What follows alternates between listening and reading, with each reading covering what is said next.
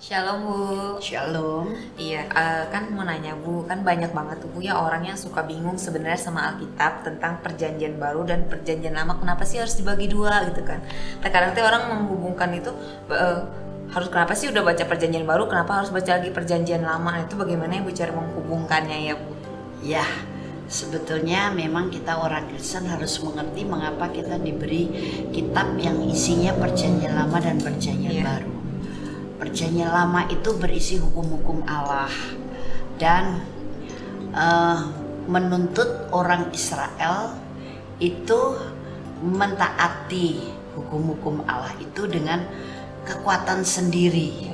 Karena pada waktu itu tidak semua orang diberi Roh Kudus untuk memampukan seseorang, untuk menolong seseorang, untuk memimpin dalam kebenaran.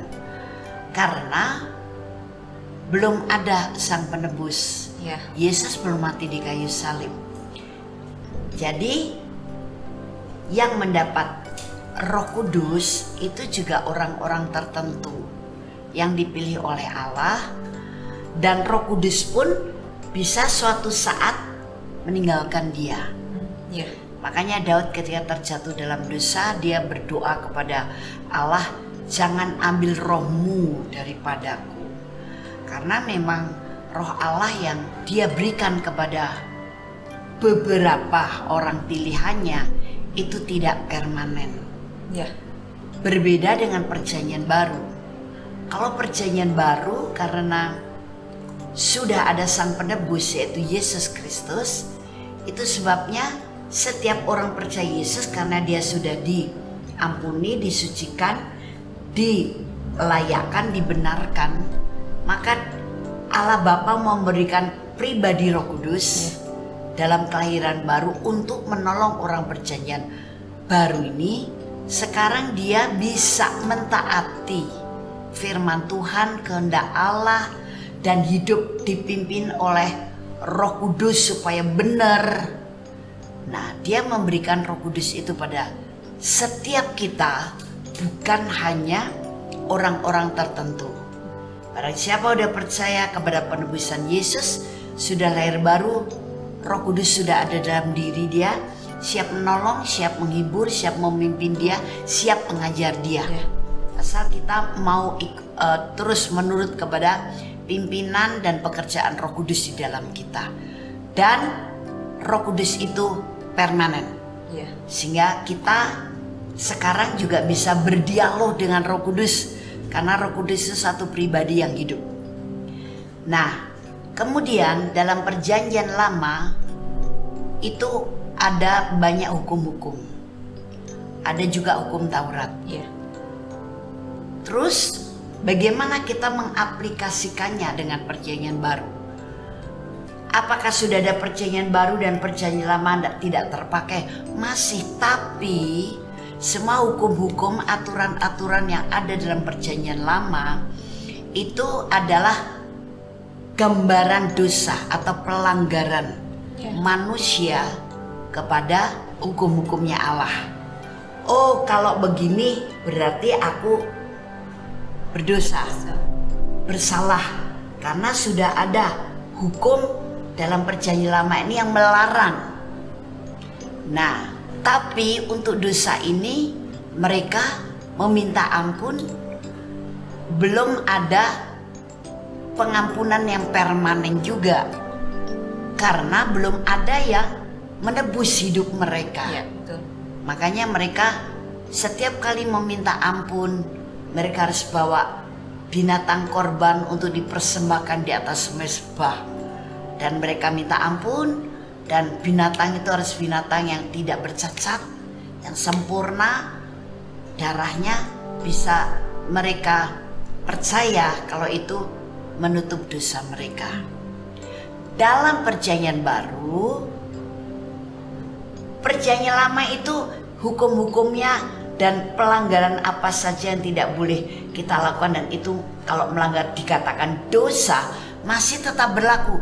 Hanya sekarang dalam perjanjian baru kita sudah punya jalan keluar.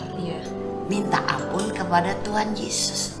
Tuhan atau Bapa Surgawi boleh, karena ada pribadi Allah Bapa, pribadi Roh Kudus, dan pribadi Yesus. Nah, minta ampun, kemudian sudah minta ampun, minta disucikan oleh darah Yesus, maka Dia akan mengampuni dan menyucikan kita.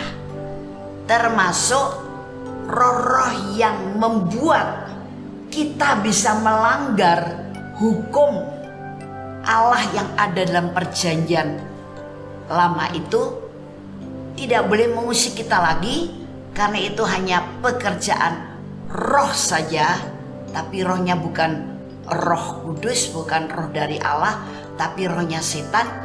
Tinggal kita usir keluar. Karena orang perjanjian baru juga bukan hanya diberi pribadi Roh Kudus untuk menolong dia, untuk memimpin dia, untuk menghibur, untuk mengajar dia, tetapi juga diberi kuasanya, kuasa Roh Kudusnya yang membuat kita sekarang punya kuasa bisa menginjak ular dan kalajengking, mengalahkan setan dan iblis, untuk mengusir setan, menyembuhkan orang sakit, memberitakan Injil, mentahirkan orang kusta, membangkitkan orang mati, dan sebagainya. Nah, dengan kuasa itu sekarang roh yang membuat kita melanggar hukum Allah itu kita usir keluar. Misalkan berzina, dalam nama Yesus roh perzinahan keluar dari jiwa saya.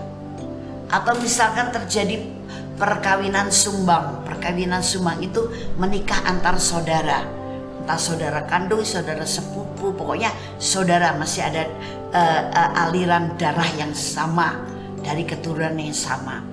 Nah, ini juga sebetulnya tidak berkenan di hati Tuhan, perkawinan sumbang, Feb. Itu sebabnya sering melahirkan anak-anak yang kurang baik, kurang sempurna. Nah, roh ini roh perkawinan sumbang, keluar dari jiwaku dalam nama Tuhan Yesus. Tapi meminta ampun dulu untuk dosanya gitu.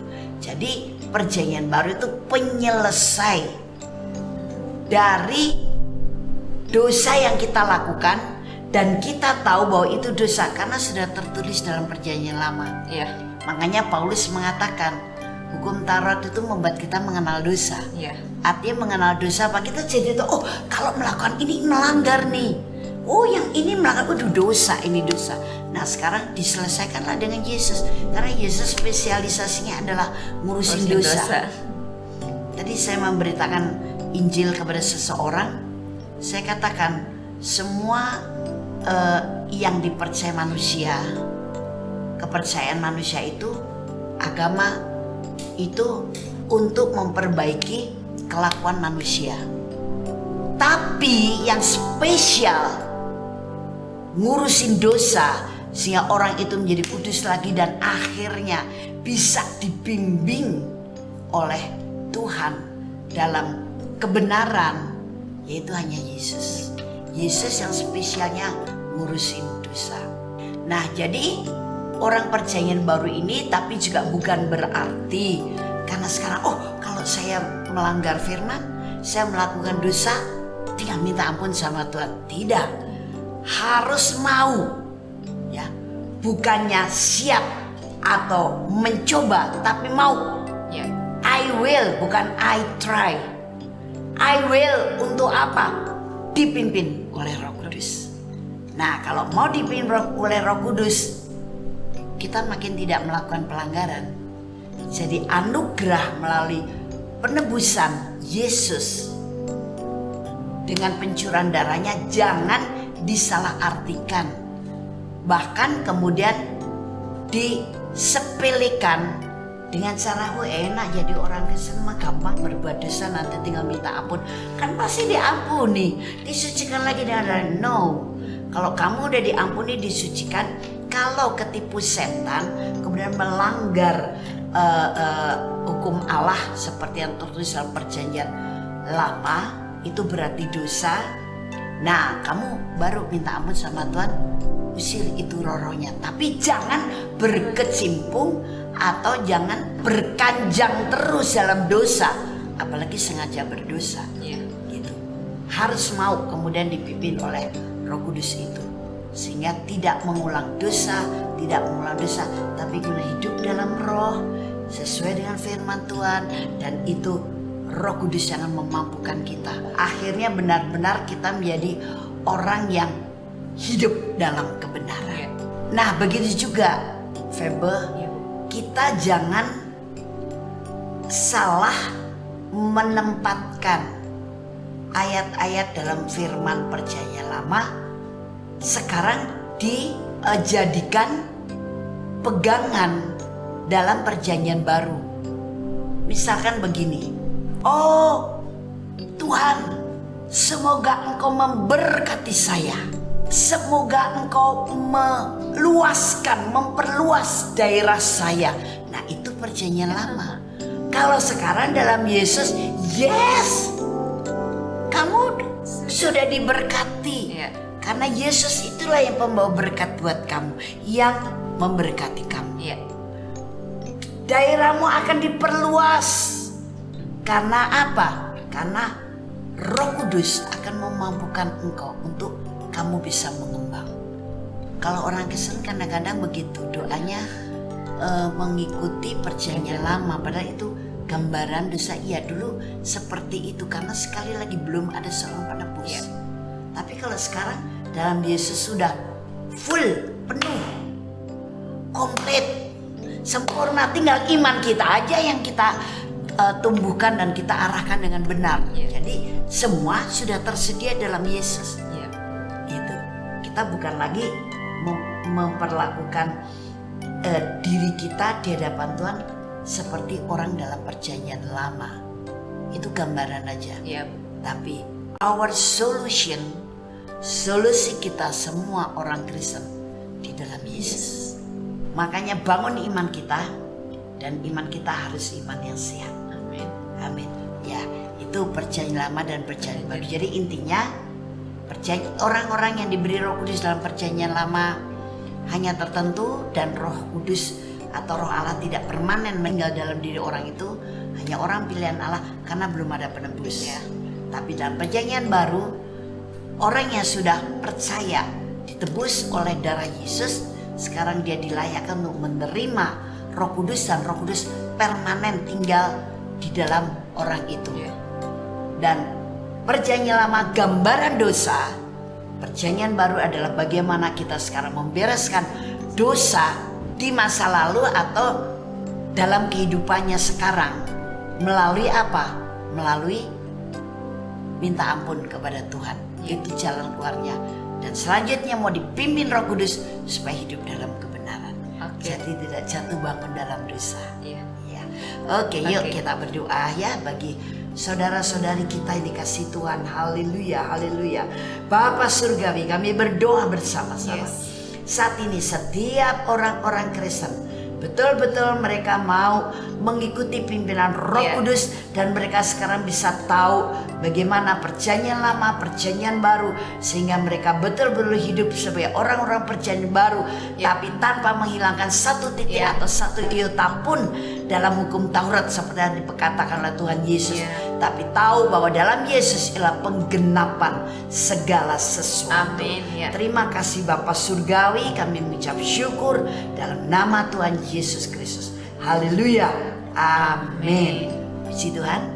Kalau saudara punya masalah dan mau untuk kami dukung dalam doa dan jawaban dari firman Tuhan, Anda boleh WA ke nomor 0895 6323 58989. dan rahasia Anda akan kami jamin.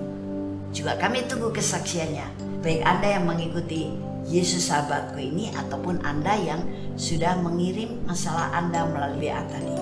Saya percaya Tuhan memberkati, Tuhan menyelesaikan, karena Yesus adalah sahabatku.